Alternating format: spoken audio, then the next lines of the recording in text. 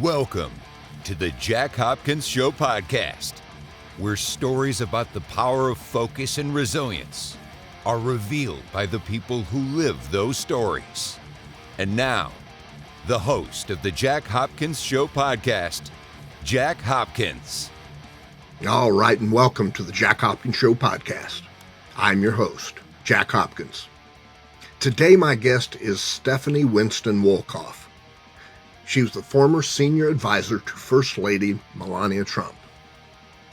Now, it's important, there would be some sports fans out there angry with me if I didn't. In college, Stephanie was an NCAA basketball player at Fordham University, and then later transferred to Loyola University, New Orleans, where she graduated with a degree in communications. In 1996, she started with Vogue magazine as a public relations manager, and she helped organize such events as the VH1 Awards and the Met Gala. Pretty premier stuff. In 2003, while working at Vogue, Stephanie met Melania Trump, who we now know as Melania Trump. And at that time, Melania was the girlfriend of Donald Trump. They got pretty close. Stephanie went to the Trump wedding. Stephanie was invited to and attended Melania's baby shower. And she frequently, I can't talk today, went out to lunch or had dinner with Melania Trump. Early in the Trump administration, very early on, we're talking 2016, Stephanie was named the senior advisor for then First Lady Melania Trump. But by 2018, a couple of years later, their relationship had soured considerably. And Stephanie had been, as she described, scapegoated. So in 2020, Stephanie published her book, Melania and Me. This was a barn burner. This was a book, a tell-all book.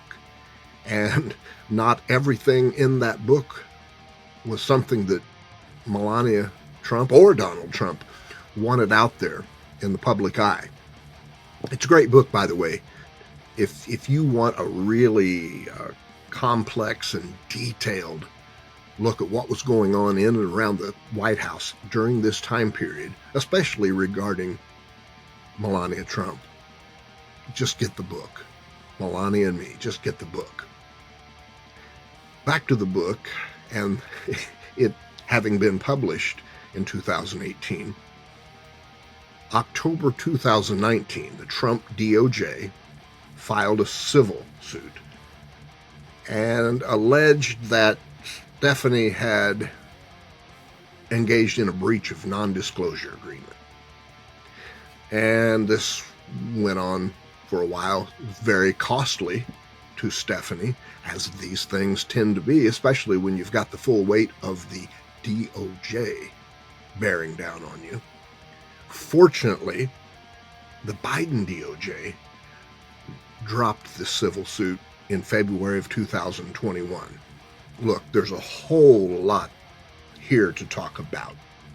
Clearly, Stephanie Winston Wolkoff is somebody who has spent a great deal of time in very intimate situations with Melania Trump.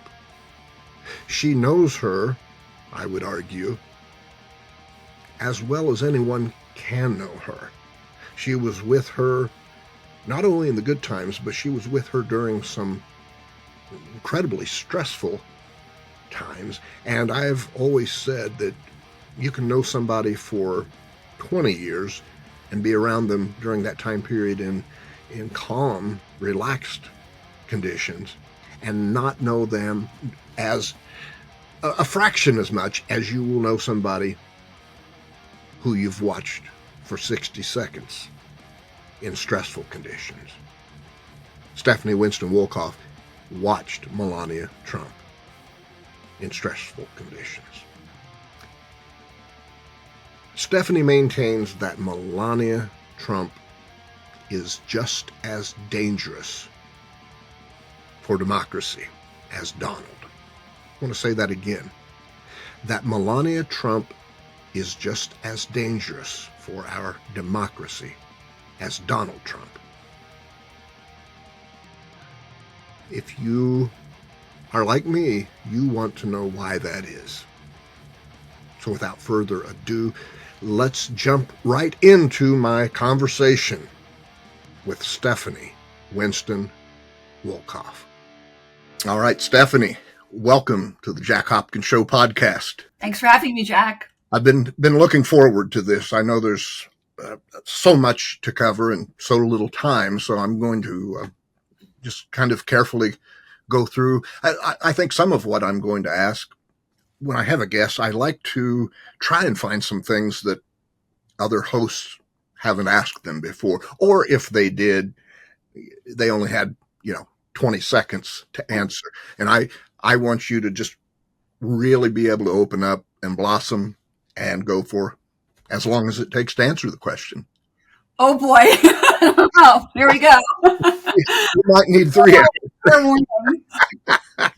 Okay, let's start just kind of give a little foundation, because I think your fashion background is well known, but I think doesn't get asked a lot is, how did you get into the fashion industry, and then what role did that play in bringing you and Melania together?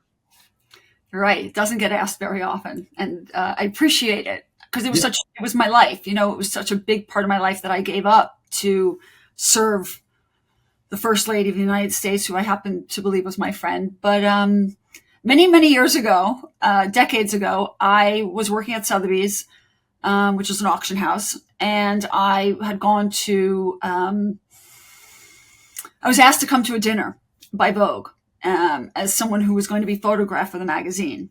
And being there with some of the editors, I'd gone into conversations with them about really what I wanted to do with my life. Again, after graduating college, I wasn't really sure. And so being asked if I was interested in public relations and communications, which was something that I majored in and I was excited about. And I went in for my interview at Vogue 2 weeks later. And 5 years after Sotheby's, I was, accepted the job at Vogue magazine as public relations assistant in Anna Wintour's editorial department, and then became, several years after that, the events director, working on all of Vogue's and bringing in for the first time in-house to Vogue magazine all the events, overseeing the Met Gala, the CFD Vogue Fashion Fund, the 7th on Sale, Fashions Night Out, VH1 Vogue. The events became my life, and Vogue became my home away from home. Right. I remember nursing all 3 of my children at my desk. And, it was an amazing experience, and I loved everything about it. My work was really important to me. And, having Anna as my mentor and boss, she understood my loyalty to my responsibilities, but at the same time, having a family, I was able to balance both and do them simultaneously. But it was a 24 hours, 7 days a week job. And that was okay with me. And it was in the hallways of Vogue that I met Melania Trump. And I wish I never had, but I do know that me sitting there and being, the director of special events at Vogue definitely lent a lot of credibility to who I was for Donald and Melania at the time. Right. I was a workhorse. I wasn't, the party girl going out. So I was safe.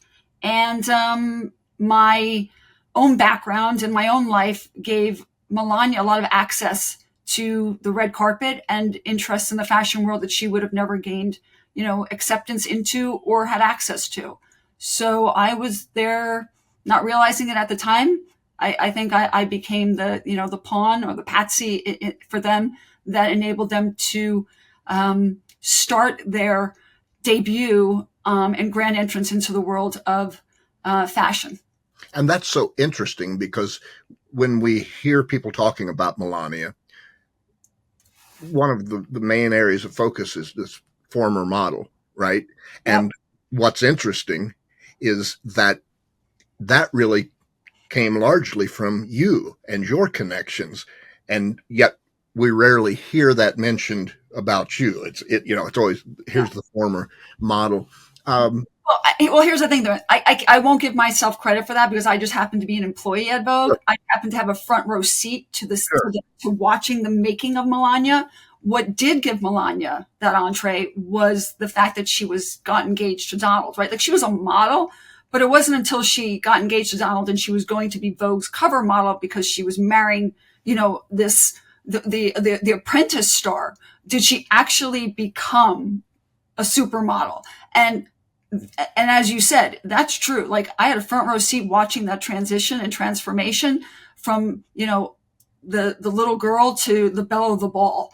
And when people do speak about her, Donald speaking about her being a supermodel, he needed to use Vogue and the red carpet at the Met Gala to create that perception into a reality, not only for Melania to be able to say she was now a cover girl and a cover model, but for him, it legitimized him to say he was with a supermodel. Because, again, Melania was a model, but it really wasn't until the Vogue cover that she actually could claim that title. And so largely then that came out of Donald's need, not so much Melania's. It was just kind of a byproduct of the image that he needed. Would that be a fair? I think they both needed it. They legitimized one another, and he needed, that perfect arm candy, and she needed, what she got out of him, which she was willing to take at the time and continues to do so. Given that you started in fashion, let me ask you this.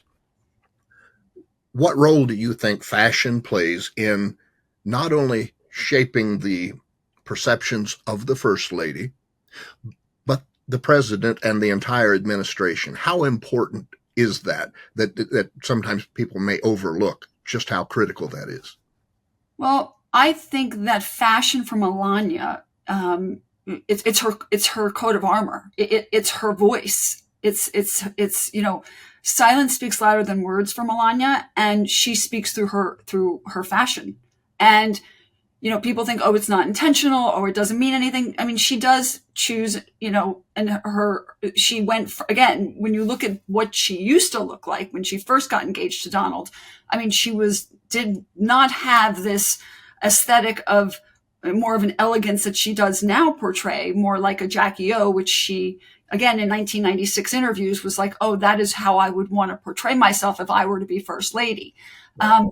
So her fashion is her everything. And I think that she's used fashion in her life to portray herself as someone that, to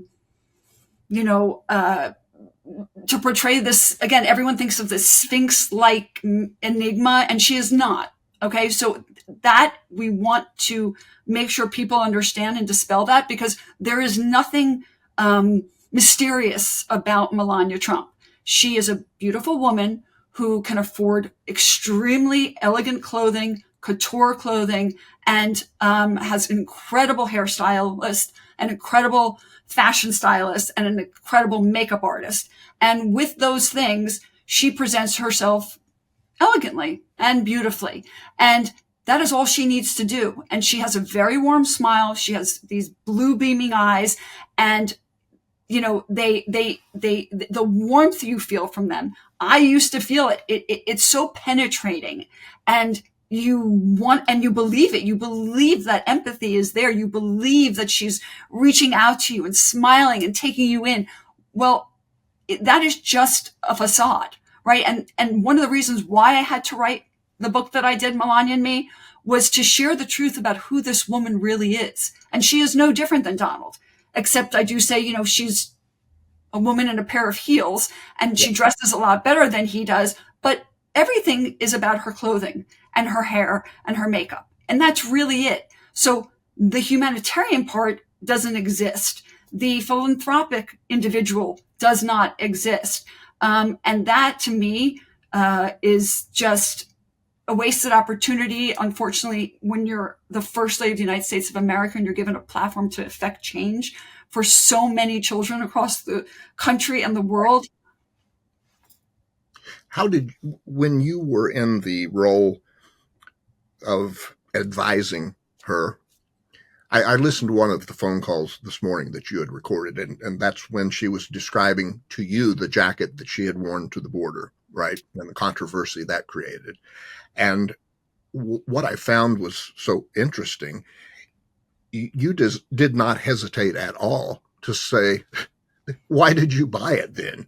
Why did you buy the jacket? Because she was giving you one answer about why she wore it, which I think you sensed did not line up with.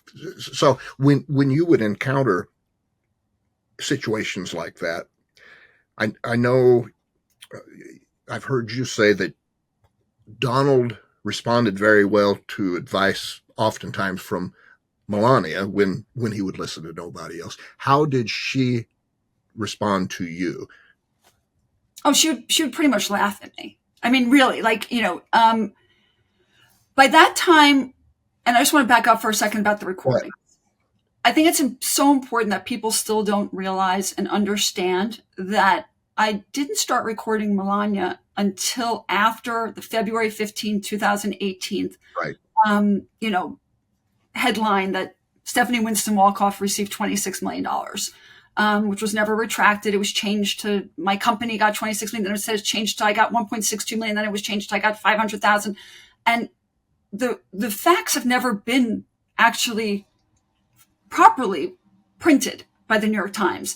And so there's this mysteriousness as to, oh my God, you went and recorded a friend. No, I would have never recorded Melania had she not told me that there was going to be an investigation into the Presidential Inauguration Committee, and her lawyers, Stefan Positano in particular, the White House ethics lawyer, the same lawyer who was representing Cassidy Hutchinson in the January 6th case that she had fired so she could tell the truth, was who I spilled my guts to about everything I had witnessed during the planning of Trump's presidential inauguration.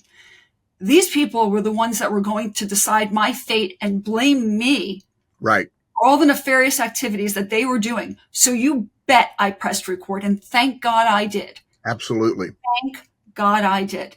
And one of those conversations, yes, happened to be the jacket recording. And I did. And Anderson Cooper, I kept saying in my interviews, stop attacking me, Melania Trump. Like, don't use your Twitter to attack me twice already to say that I was lying, that I hardly knew you, that I didn't do anything, or I'm going to have to release something that shows I actually did. You bet. And you know what?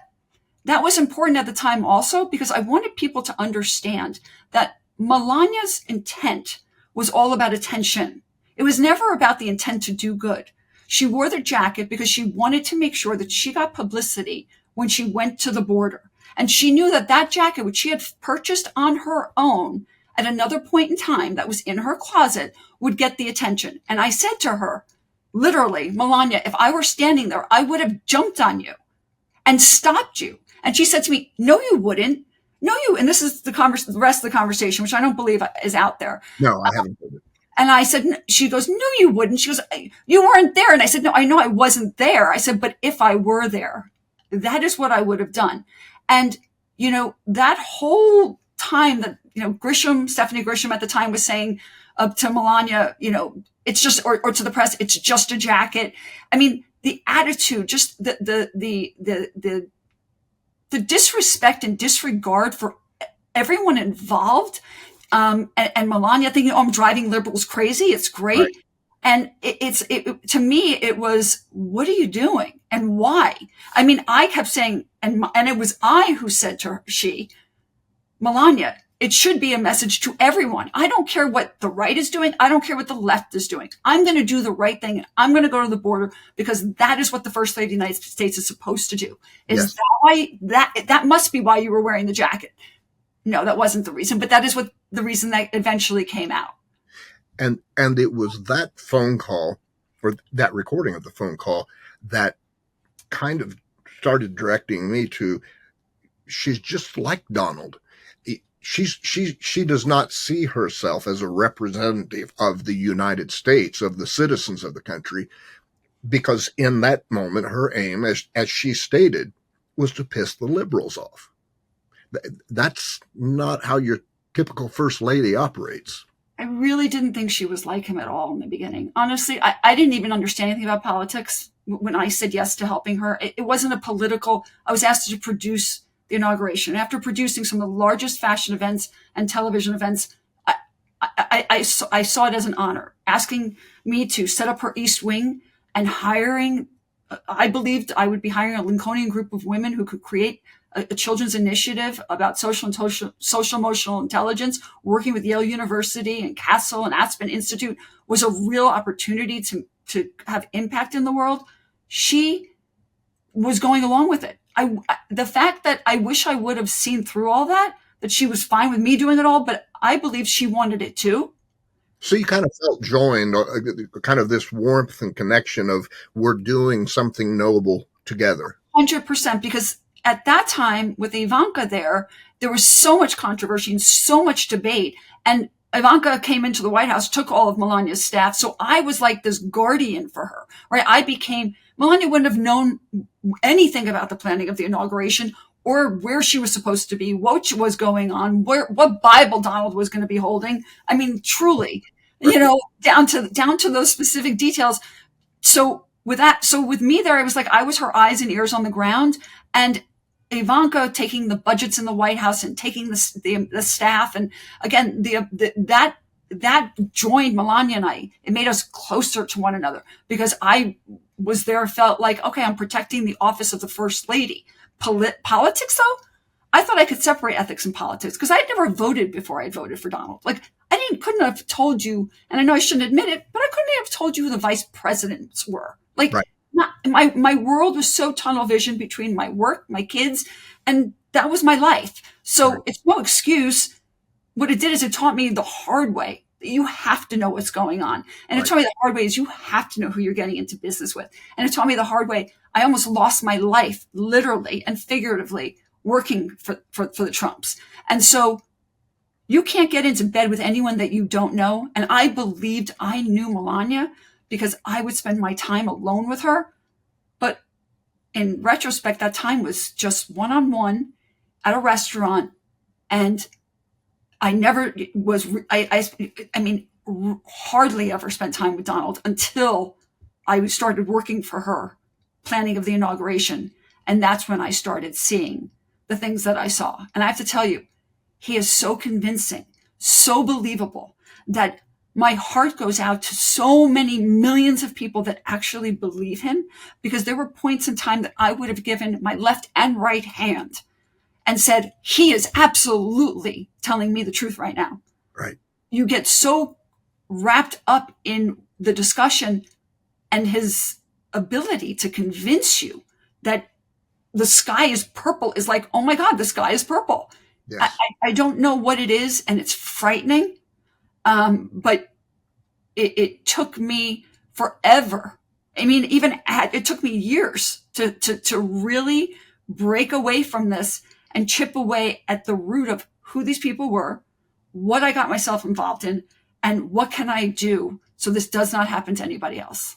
How powerful, you touched on it, but to the degree that you can convey this, how powerful is their ability to suck you into believing that this movement, our approach, what we are doing is the only way, it's the right way, and everybody else, that the people are talking about the crimes we're committing or things of that nature, they're nuts. How skilled were they both at saying you are in the right place? Oh, Jack, it's people refer to it as a cult, and it really is. I mean, it's so deceptive and deceiving. The fact that women are waiting for Melania to appear at an event to begin, when is she going to be on the campaign trail? I mean, what does that mean? Right. What has she ever done for any woman or child? She gave 2 scholarships, or 1, maybe 2 scholarships, right, since she's left the White House. I mean, she's sold NFTs, and she's had someone create, again, different ways for her to profit. I mean, what has she done? And so my question to all of these women, our rights are being stripped from us. If you have children, your children's rights are being stripped from you. What mother thinks that by seeing Melania Trump and looking at her is going to actually affect any change in their lives? I mean, she wouldn't even put on a mask when there was COVID and she would walk into schools. I mean, how dare you? And to think she is any different than Donald, she's not. And to think that she is the compassionate side of Donald, she is not. Donald is definitely the showman, the brass knuckle guy. Melania is supposed to be that softer, warmer side, that shows empathy and kindness and caring. Those are speeches. Those are words that were written by me. That doesn't exist. It exists in the moment. It exists when you're in her presence and in that aura of, oh, I'm here for 2 hours and I'm going to smile. But the genuine feeling, the realness of what's going on is they believe themselves. So I think convincing others is not so difficult when they themselves believe what they're saying. So what we see with her then is the equivalent of being on a Hollywood set and somebody saying action. You bet. And that's actually, no one's ever said it like that, Jack. Like, that is actually a perfect way of saying it. You're right. Action. Oh my God. Like, yeah. And then when the lights are off and the camera's not rolling, she steps out of character. She steps out of character, but there is that, she steps out of character in the sense that she still portrays herself. She is, how do I explain it? It's so hard to put into words, because there's this feeling when you're with her that you feel that warmth and you have those giggles and you're talking about things. She definitely gives her point of view. She is very, doesn't hold back with Donald, picks the right time. There are certain times of the day, or if certain issues were going on, she didn't want to discuss certain things in front of him. I get the eyes, not now. But anyone would do that, right? I mean, that's typical. But she definitely, she's a human being. Right. However, she's not a mere mortal. Like, that's the difference, is like, she has it, but it's real in that moment in time, but her end game is so different than anyone else's. Her end game is just about herself and about Donald. And so if anything is getting in the way of what she needs done or what they need to affect, then you are just, you're roadkill. And is her end game almost always top of mind? Let me tell you something. I didn't even realize it at the time, but when Melania was First Lady, there was this whole controversy about her being, making sure that her image reflected that she was the supermodel. She was this intelligent woman. I mean, she sued, for millions of dollars for magazines and people calling her things that, she claims she otherwise. The reality of that is, you know what? She had to make sure that not only after the fact of being First Lady, but while she was First Lady, Getty Images actually licensed her photographs. She was being paid for her photographs on the Getty site. And it's something I think no one has actually really reported on in years, or even maybe once I saw it or twice. It's something that people need to understand, is that when you're the elected official, the wife of an elected official, you do not profit off of your imagery or your likeness. Right. But that was her main intent the whole time. And that is why she needed her lawyers to get involved at that time to make sure that she had the ability to have a clean slate when she was ready to start promoting herself again. At what point, and I know this is asking you to speculate a little bit, but at what point, what would have to happen for at least one of them to realize, I don't need the other any longer? Oh, I don't think that's ever going to happen. Okay. So there's always going to exist that need on some level. I don't even know if it's a need, and I'm speculating. I don't, as many people say what they say about Donald and Melania's relationship, I always say it's a transactional marriage, and they're not going anywhere. Right. And I think the transactional marriage, I suppose the way their marriage has been structured, I read that even when in the White House, they've almost never slept in the same place. They sleep in separate places, and they spend a great deal of time apart. So I suppose in that situation, you can really be at odds with one another, but still stay together forever because you don't have to deal with one another. Right. So could you imagine if they had to go back to the White House and actually? Oh, wow. Right. Now it's, yeah, that unto itself, I think would be, I think very difficult. But I think that, it's important to, again, it's the messaging and the perception of what they need to be portrayed to the public, of what is in their best interest to make sure people think is at the top of their, what their priorities are.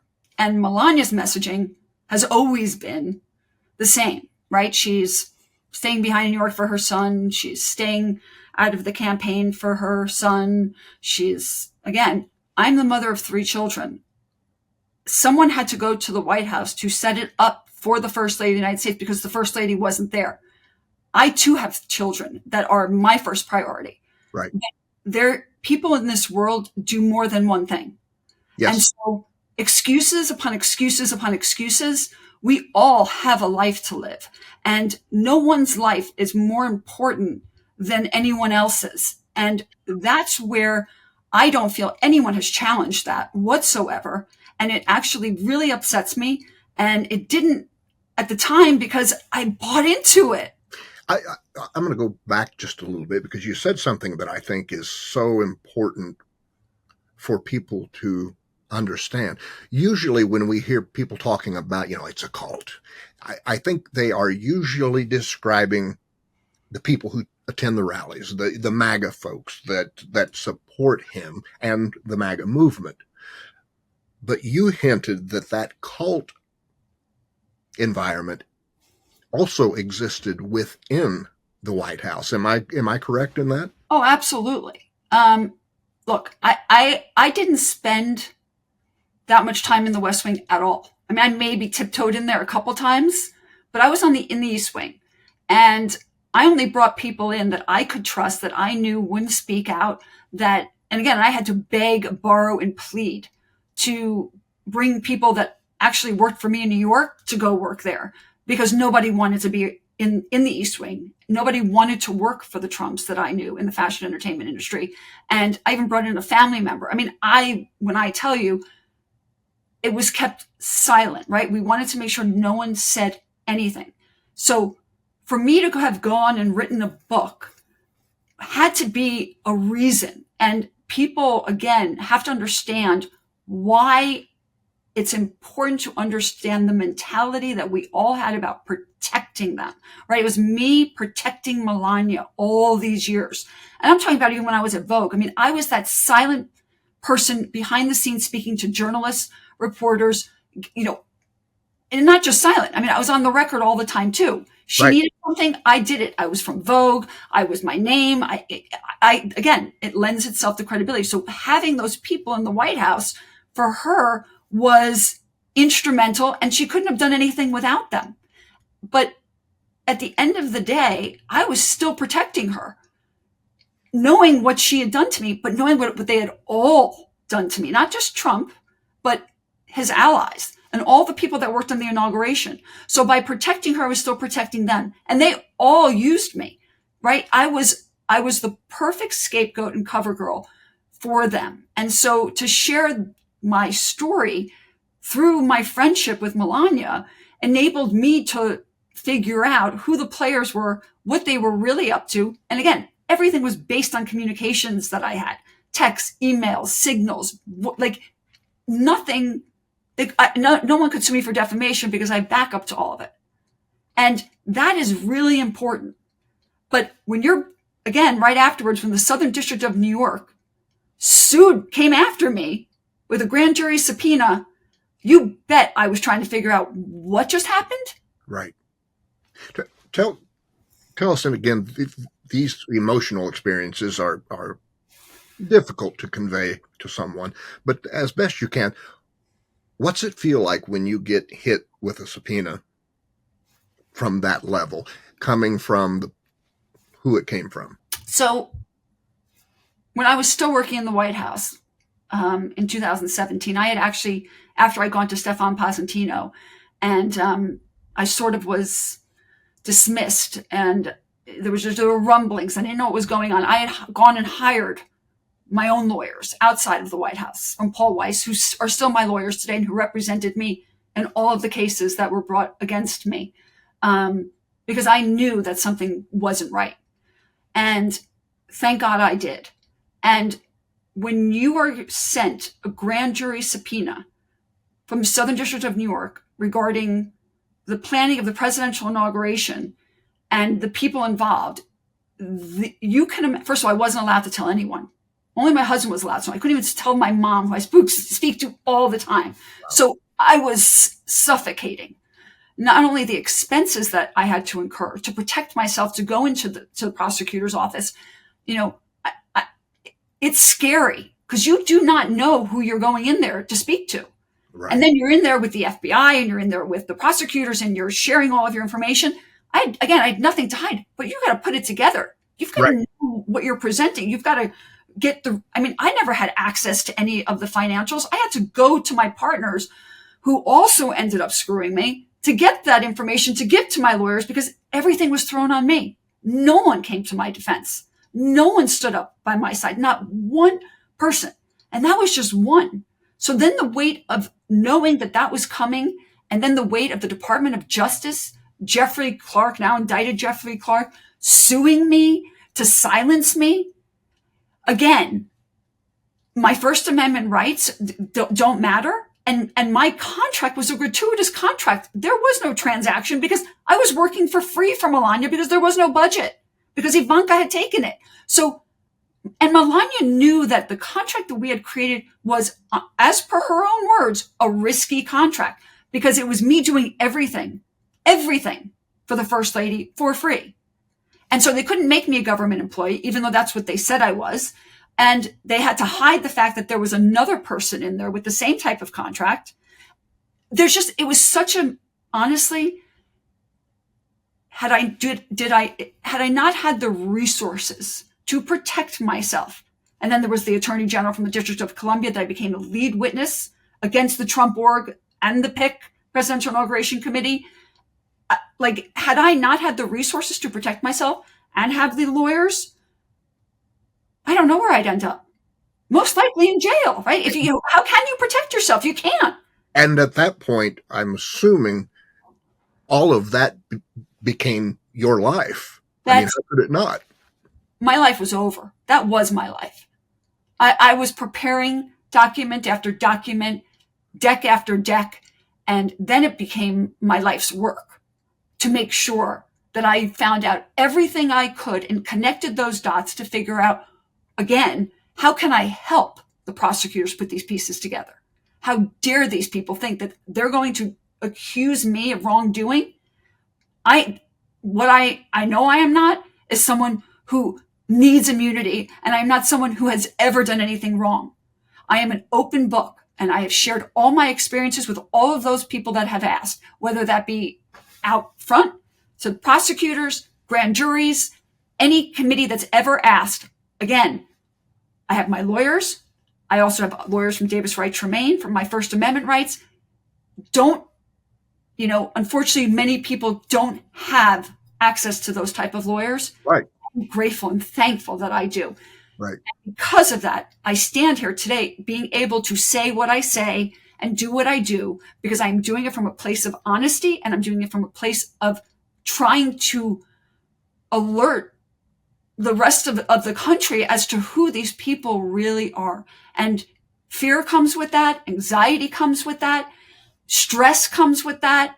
But you know what? Again, like we talked about a little bit earlier, I had to be put in this position for a reason. I don't believe things happen by accident. I believe my experiences in life have led me to where I am today, and that it's my duty to speak up and speak out, and I won't speak out of turn. And if I don't know something, I'm going to be the first person to tell you I really don't know. but I am who I am. And I just want people to understand that, again, I'm speaking from the point of view of the inner workings of the White House, from being Melania's. I was her only friend.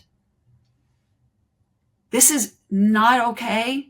This is not good for any of us. And, people think, oh, but, they think about the things that the possibilities of having another 4 years, with Joe Biden. God bless Joe Biden. Because with Joe Biden, in 4 more years, if you want to vote for Republican, go for it. You will still have your democracy and you will still be able to vote for whoever you want. Otherwise, we will lose our democracy, we will lose our rights, and we will become an autocracy and a dictatorship. And I guarantee you, no one's going to be looking out for anyone except themselves. Right.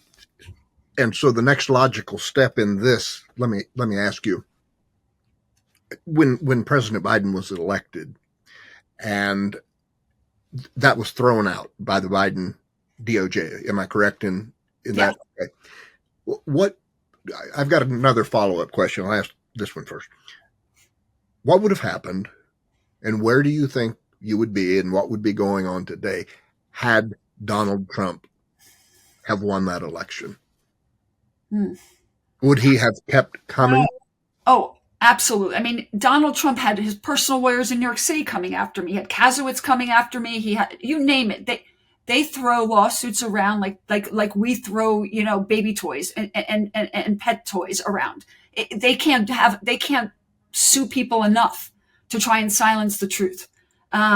So I have thought about it, and I do think about if he were to become president again. People have asked me, would you move? Have you thought about relocating? Right. And this is my home. I'm not moving from my home. Right. And I do not believe that our country will actually, again, no matter what he says and what his people are saying, I do not believe that he will be the president. I don't. And I have to continue to believe that. And I have to continue to believe that, yes, justice is slow, but I do believe accountability is around the corner. And I really do. And I know that people say, what if? And yeah, what if? But again, I am just grateful to know that I had the opportunity to share the facts, to get the truth out, and to try and make sure that my children know that I lived my life in such a way that they can be proud of. And that all those headlines that they changed on me, trying to kill my legacy and ruin my life's work, No. And in fact, I think it has elevated you, because if we go back in this actual podcast episode, you said something earlier, which really stood out to me as, okay, this is a straight shooter, because you said, before I went to work for the Trumps, I hadn't even voted. Now, you are far from alone in that, of course, but not many people come forth and say, up until then I had never voted. So when I heard that, I was like, she puts it out there, and then you can digest it however you choose, but she's going to tell you the truth and then let you take it and do whatever. And I have to tell you, Jack, and to that point, my mom used to be head of the Women's National Republican Club. My family, half are Republicans and half are Democrats. Can you imagine what it's like? Or I'm sure you can, because again, you are so vocal, and thankfully you are. And we deal with both sides of the sword. But I don't understand. My mom is my best friend. She decides who she wants to vote for, anyone but Donald Trump. But that being said, you want to vote for a Republican? You believe in Republican policy? This is not about policy for me. This is about democracy and autocracy. This is about right versus wrong. This is nothing to do with politics anymore. And so I am passionate about that. And so we can agree to disagree. And there's a lot I still don't know. And there's so much I have to learn still. But what I do know is a good person versus not a good person. an honest person versus someone who is going to lie, steal, cheat, and grift off of you until you give them everything that you have. And that's all that really matters to me right now. Really, like, that's it. Right. Likewise, I'm doing what I'm doing now at this point in my life. It was just one of those things. I thought, there's never going to be another time in my life where throwing myself in 100% for a cause, it is going to be any more significant than this. If we lose this election, everything we grew up learning about and enjoying, the freedoms that we enjoy, it goes away. It goes away. So I applaud you for what you are doing, because I have to imagine, and in fact, I don't think there's any imagination required with your background and the things that you have done and the contacts that you have, and on and on and on. You could be doing about anything you wanted to right now. And you've chosen to do this. And we need people like you. And you, and thank you. And I don't understand why there aren't more of us, quite honestly. I don't either. I don't either. Like you said, you had Republicans and Democrats in your family, as did I. Growing up, and I'm talking, I think you're a little younger. I just turned 58, but the 70s. 71, so just a few years. But I'll take them. Right. Yeah, at this point, right, I don't get real excited. I know I have a birthday each year, but the number is irrelevant to me. It is, completely. Yeah. As I'm sure you recall, people from both sides maybe had discussions, and at the most in my family, you might hear a cute little joke thrown out about the opposite party, but they would both laugh. They knew it was in fun, and they respected each other. You nailed it when you said we aren't talking about differences in policy. We are talking about differences in the elemental goodness or not of the human being sitting in that desk in the Oval Office.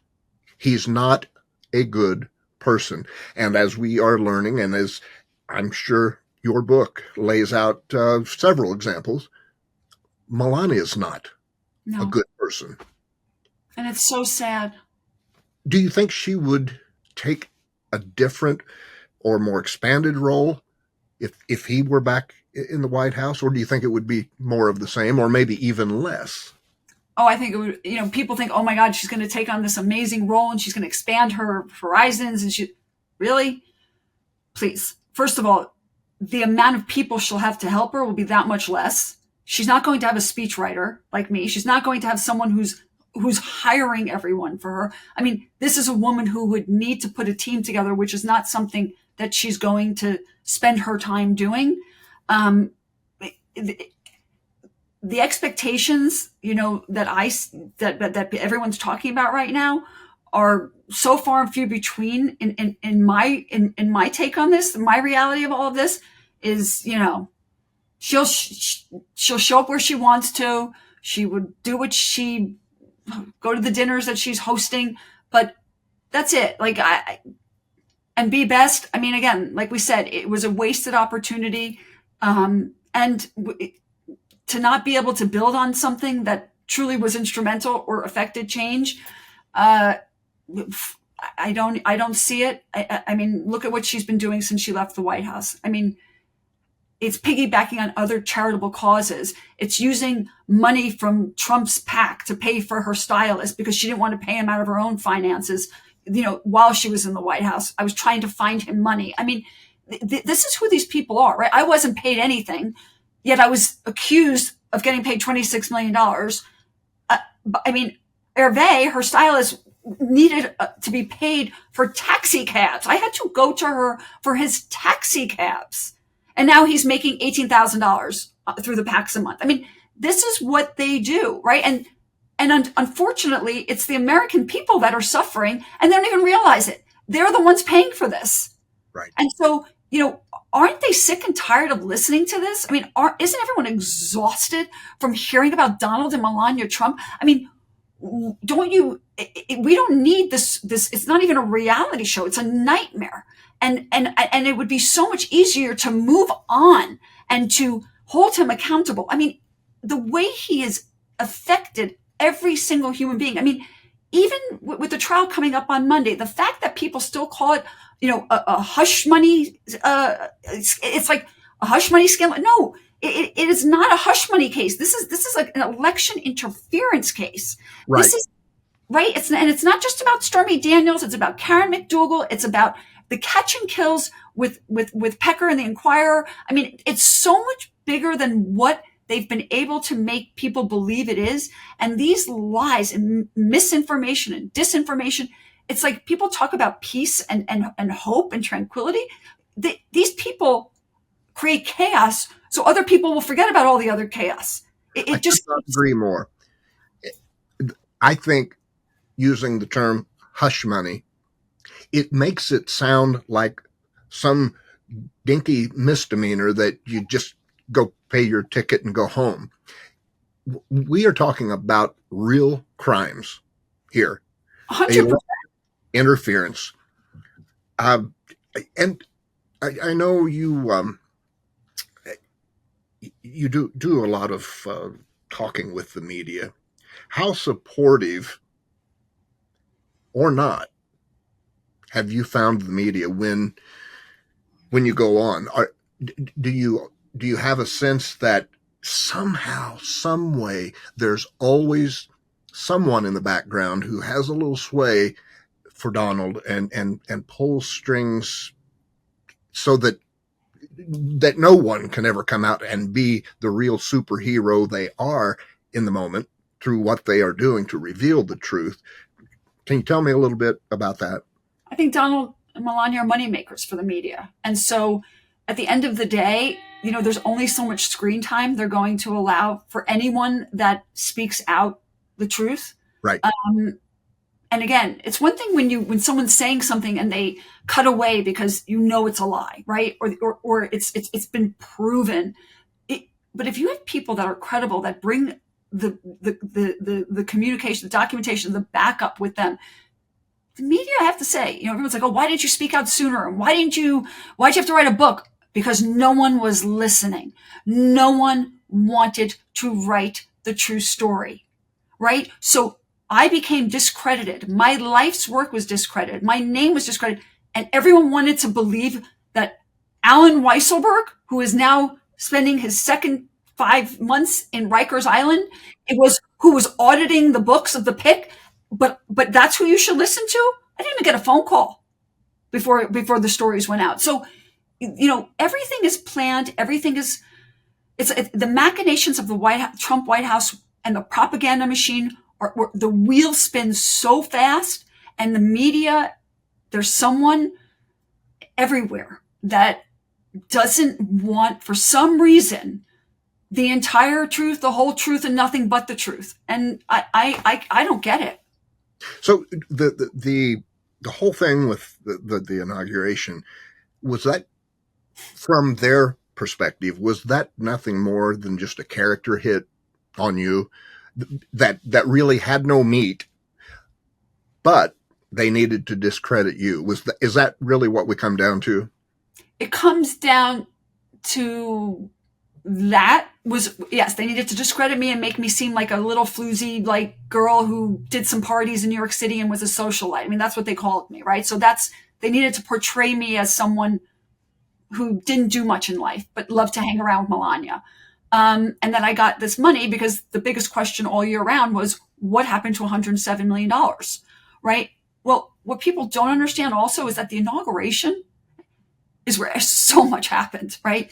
That's where everyone got together before the White House.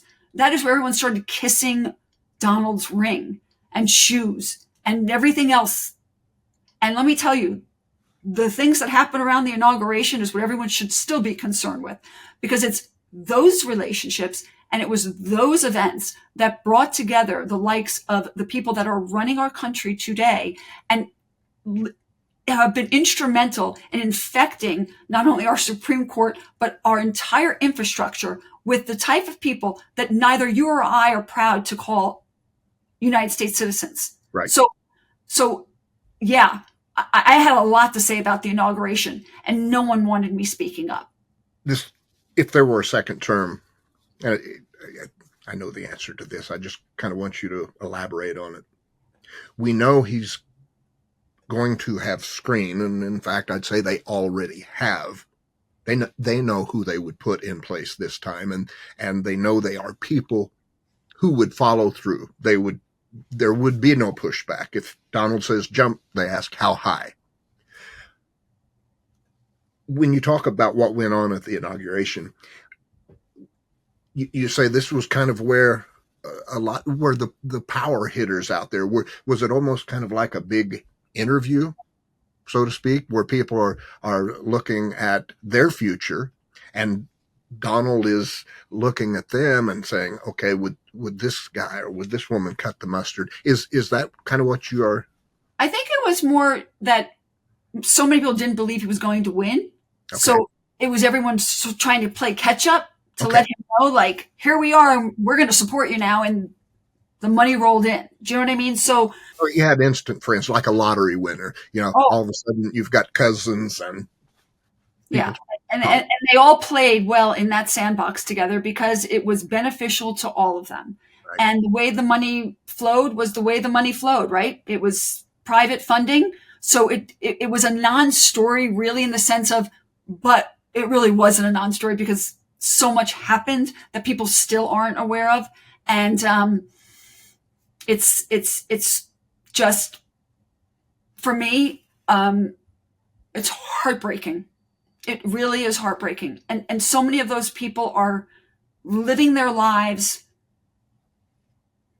doing whatever they want.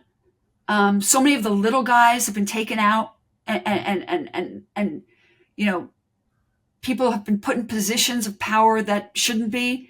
And they are controlling industries and moving things along. So they are all profiting.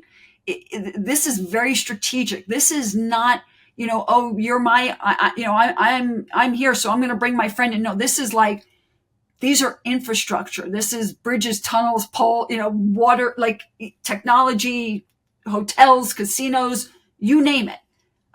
These guys know exactly what they're doing. And, Tell me just a little bit about what an undertaking it is to plan an inauguration. Like I said, I'd never even watched an inauguration.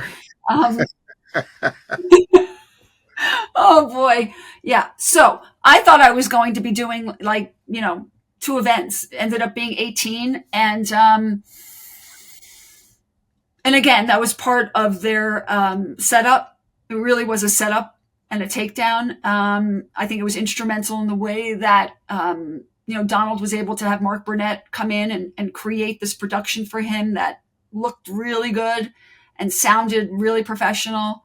And I think I, was the person put out front as the visible,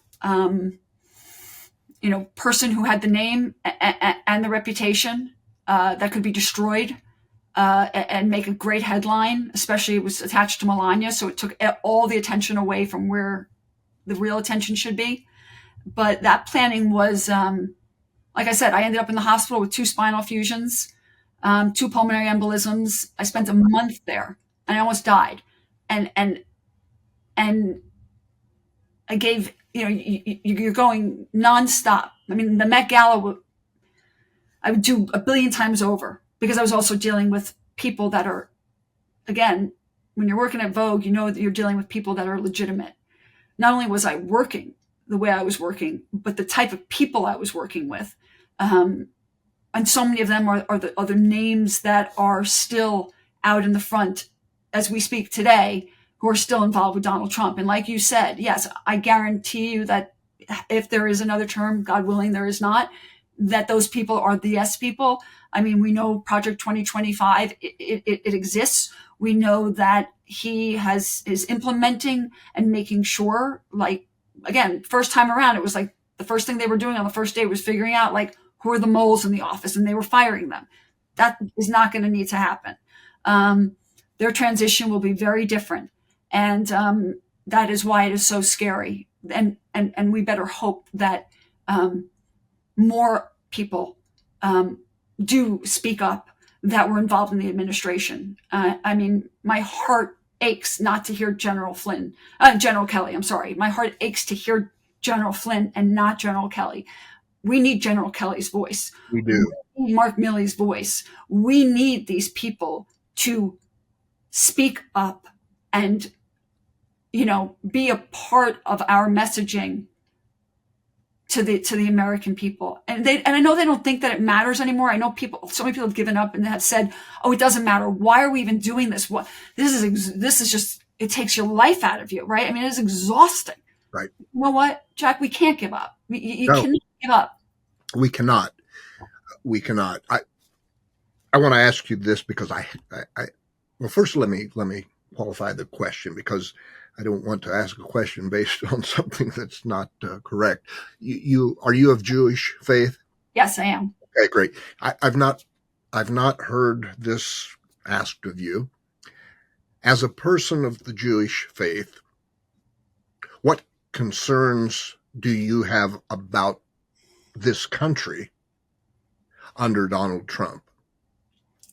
Well, the hate and vitriol that we've all witnessed already is only exacerbated more daily by his incessant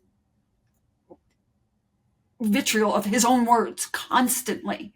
He has shown us to be an anti-Semite. He has allowed anti-Semites to sit next to him, share and break bread with him. He is someone who, again, Ivanka and Jared, it doesn't matter. Netanyahu, it doesn't matter. Those relationships to Donald Trump are based on what does that do for me, meaning him, right? It is not what is the best thing for the country. So as someone whose grandparents survived the Holocaust and whose mother came here as an immigrant, I wholeheartedly cannot believe how disingenuous an individual he is. It's like flapjacks. It's like if it works one day and it's good for this crowd, well, next crowd, I'm going to flip tomorrow because I'm going to be with a different crowd. And that is how he rolls. But that's like that with everything, all of his policies. So there's so much hate right now, and there shouldn't be. There's so much misunderstanding. There's so many people are so uneducated as to the facts of what are going on in not only here, but abroad. And so we need someone who will take the time to actually understand it themselves and explain it and bring us together as people of one nation under God, as opposed to like disbursements of what group can hate the other group more. Right. I mean, he breeds that. Every word he takes is it's like almost like he's contemplating, how do I hate people? How do I get people to hate one another even more? And right. It's like, and it the is. He calls us and the things he says, it's so, forget about people like, oh, it's so unpresidential. I'm like, forget about being unpresidential. It is just so wrong. Absolutely.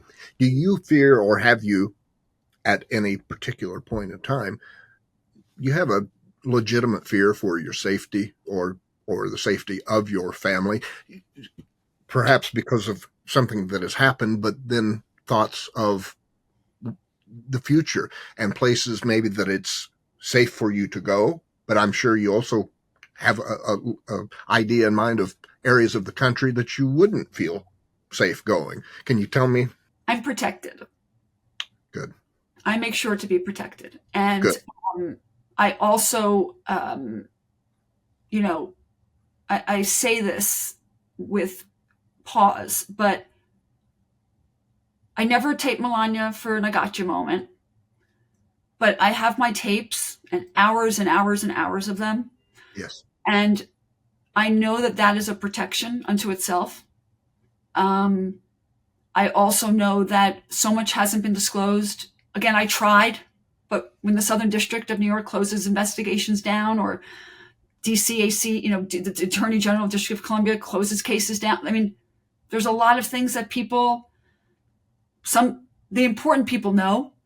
So again, it's almost like it's better for all of us who have spoken out to continue speaking out, because our voices need to be heard, but also our safety needs to be recognized. How important it is that we are every bit as scared and every bit as determined, though, not to live our lives in fear, but to know that we are doing the right thing. And you know what?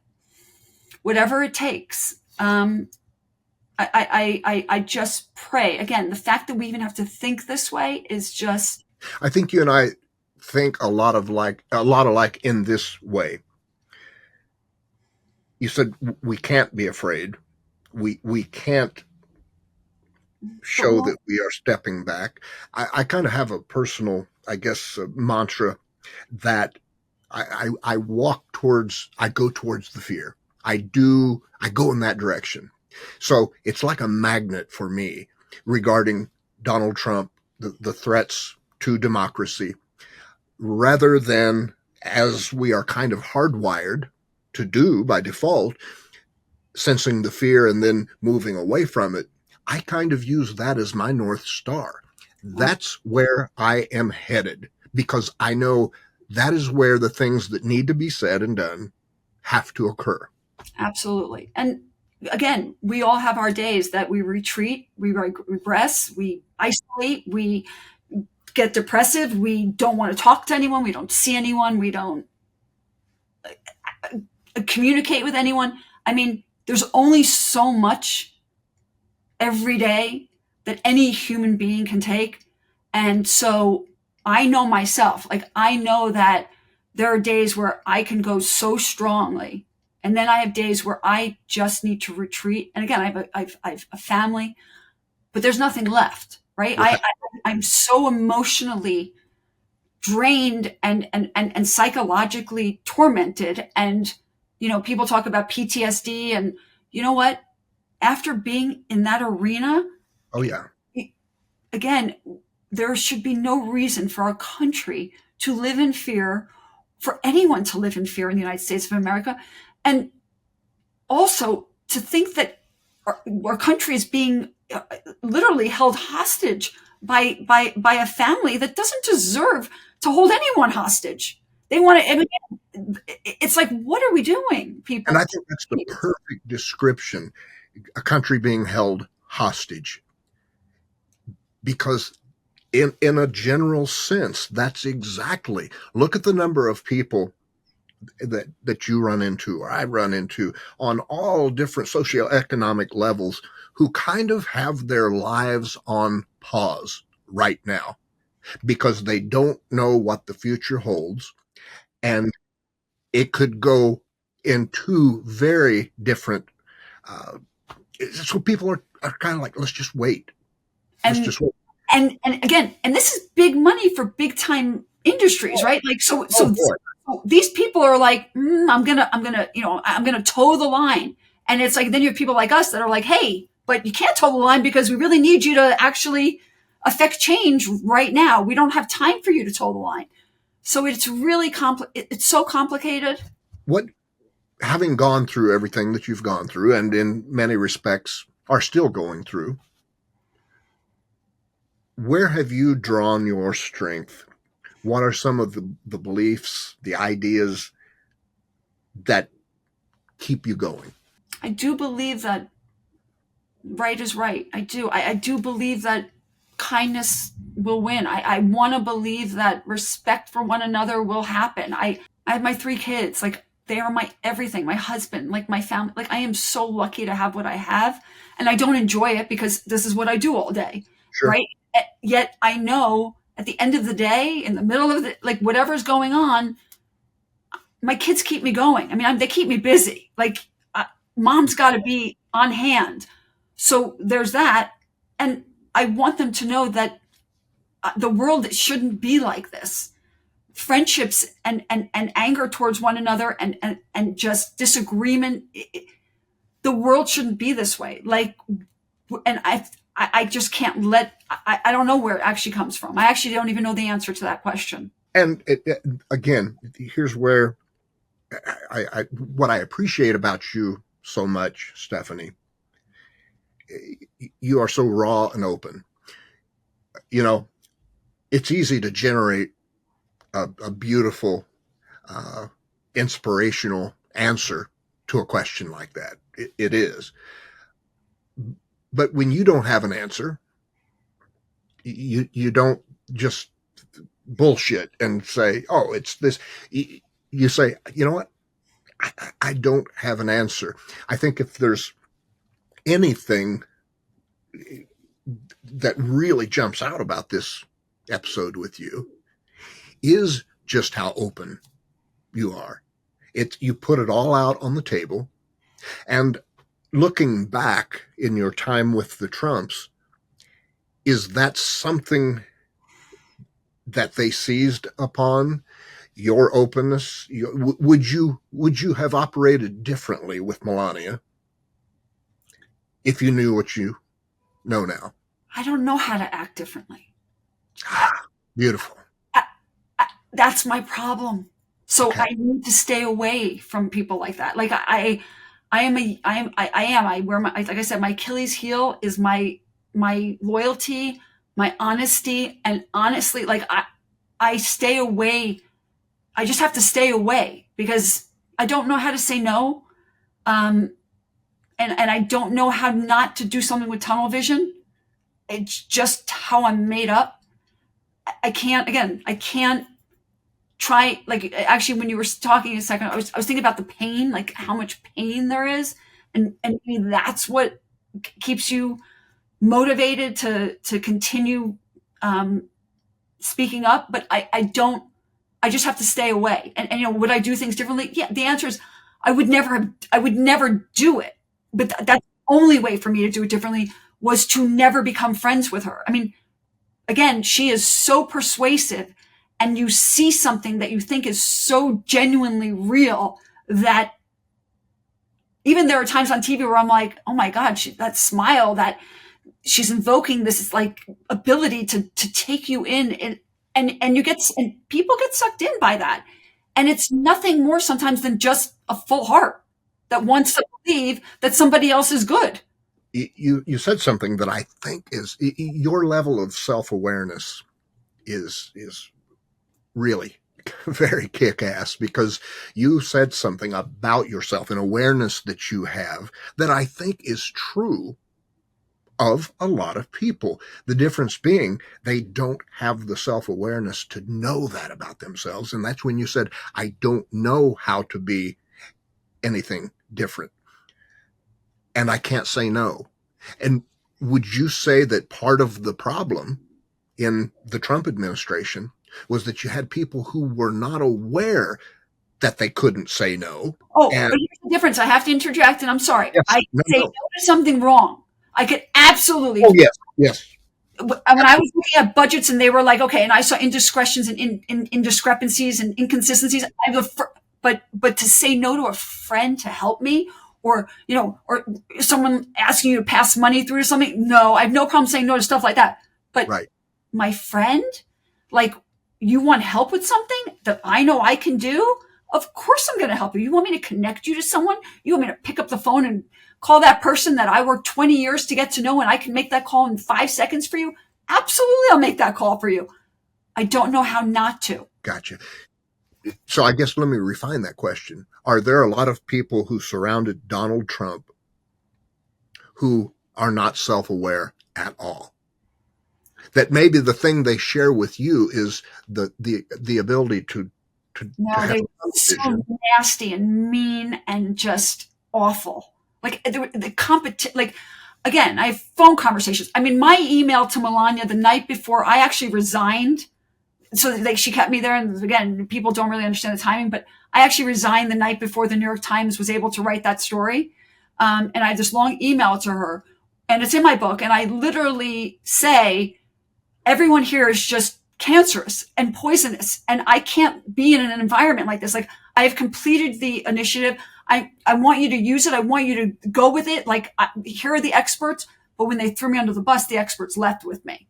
But like, everyone that I dealt with there was just, again, their agendas were so different than mine. Like, I truly had I loved my agenda. I thought I was going to be able to create social emotional learning in every school in the country. I really genuinely believed that. And how naive of me to think that. But people there, again, that wasn't my life's work, was to work in the White House. Like, it was the last thing I wanted to do was work in the White House. So no, I think that's so important for people to know about you. I get the sense that before Trump world in the White House, you were not feeling like something's lacking in my life. I need to, you were doing, you had succeeded and were experiencing a level of success that fulfilled you already. Oh my God. I was rocking it. Like, honestly, I loved my life. I loved producing fashion shows. I loved working with every designer, emerging designers. I loved working at Lincoln Center and IMG Fashion. I had no reason to want to go and work at the White House. Like, zero. I had to give up everything. I had to close my business. I mean, that I worked decades building. For what? So only reason was because my friend asked me, no one else would do it. And I was serving my country by doing it. And I knew I was going to go back to my life, but I was going to use all my resources and all my experience to make it to make a positive effect in her life and the country's. And so be it. Oh my God. Right. You said answering the call to my country. And in another episode that has not aired yet, one of my guests said exactly the same thing. They were part of the Trump administration. And when I asked, why, it was, hey, how many times in life do you get the call from the White House saying, come work for us? It's something that I can do for my country. That was the answer I got. And you mirrored that.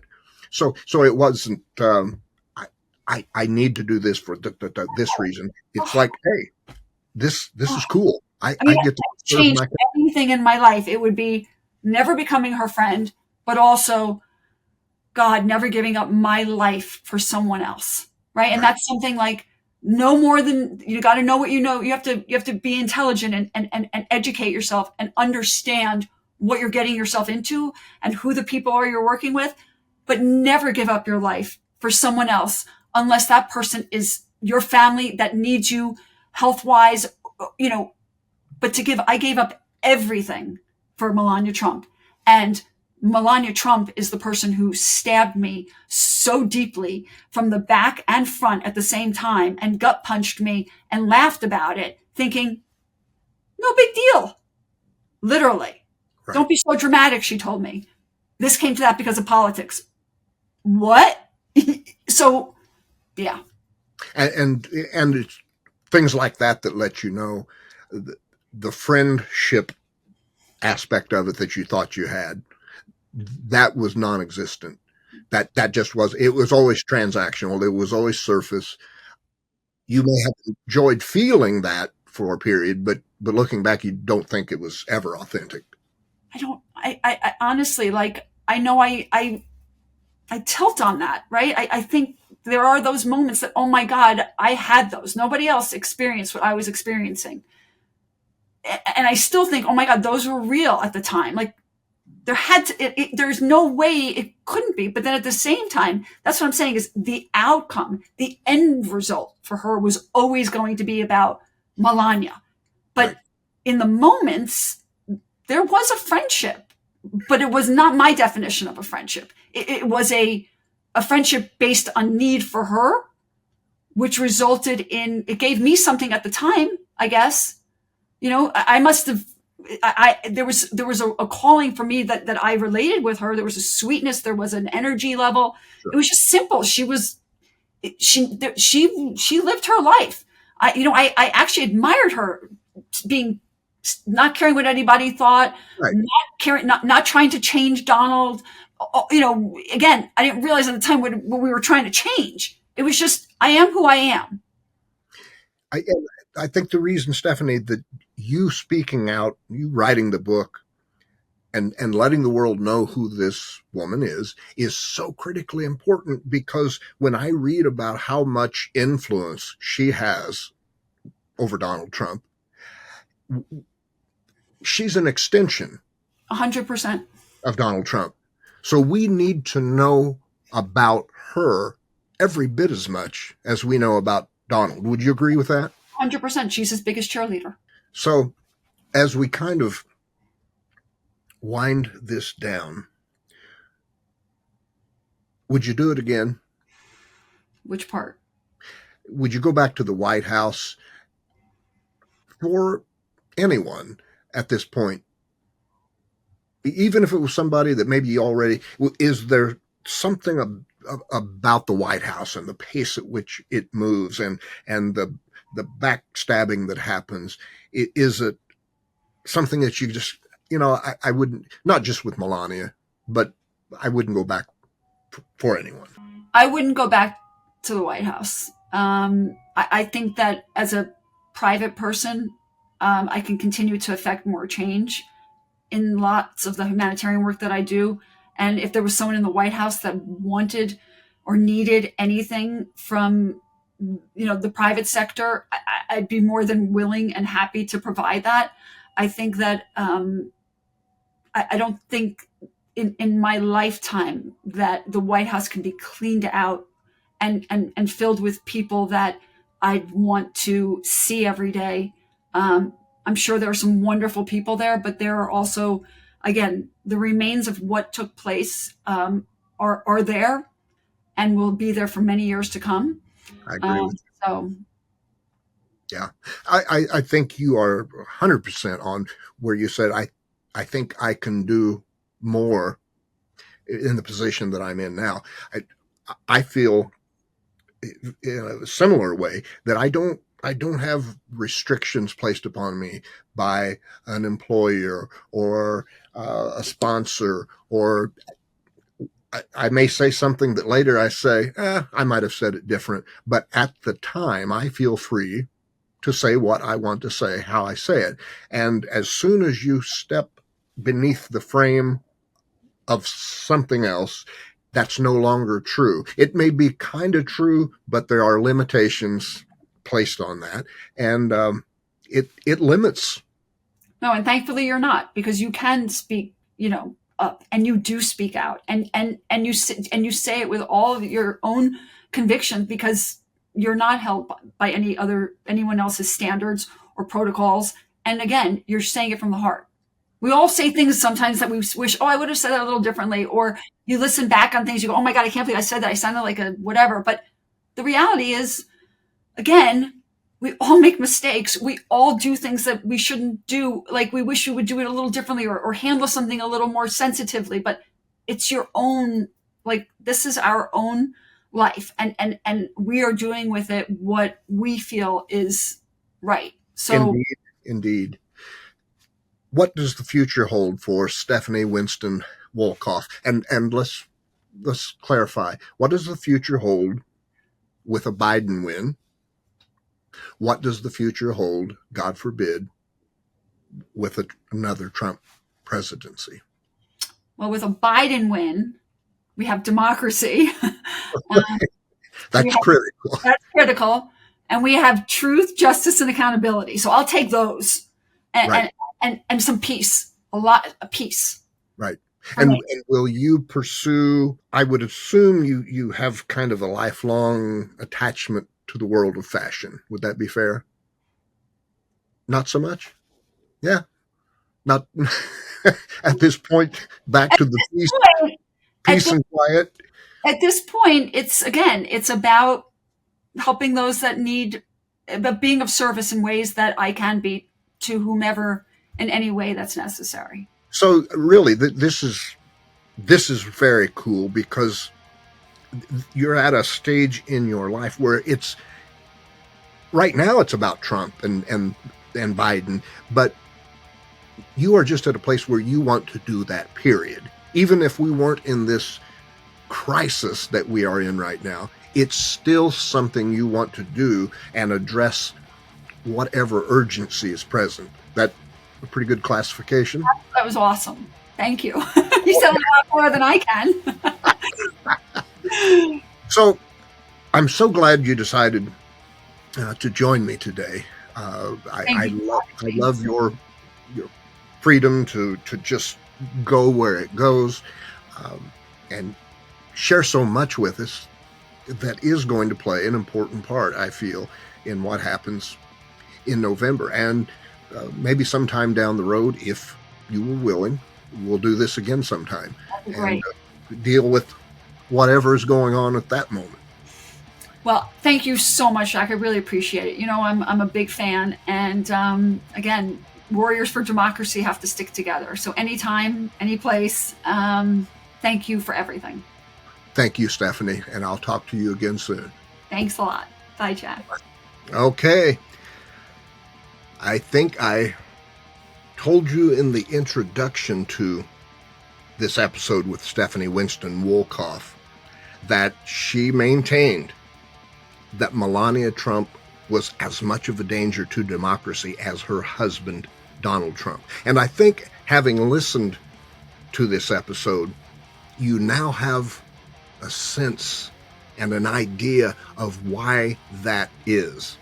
And really the influence, the incredible amount of influence that Melania Trump has with Donald Trump. In a world where he listens to no one else, not even his own attorneys, Stephanie Winston Wolkoff has revealed to us that he does listen to her. He does take a step back and listen to her. And yet the problem, or one of the most pressing problems, as Stephanie described, is that she has much of the same disregard for democracy and for the United States of America as her husband. So clearly she's not going to be providing him with the kind of guidance that is good for this country. Wow, what an episode. Listen, please be sure to check out Stephanie Winston Wolkoff's book, Melania and Me. It is a page turner. And when you read a book like this, when you're arming yourself with knowledge, you're trying to take this all in, and there's been so much to try to take in. And when you can get the facts from somebody who was there, you can form a more complete picture. Please be sure to check out jackhopkinsnow.com. That is my newsletter where I focus on resilience and emotional stability. The whole focus of that newsletter, which comes out in both print form and videos throughout the week, it's all about bolstering ourselves, being able to buoy our emotions or the emotions of others to increase resilience and stability, because we've got several months left leading into this 2024 election. And we know the right is going to be throwing the very worst that they have to throw at us.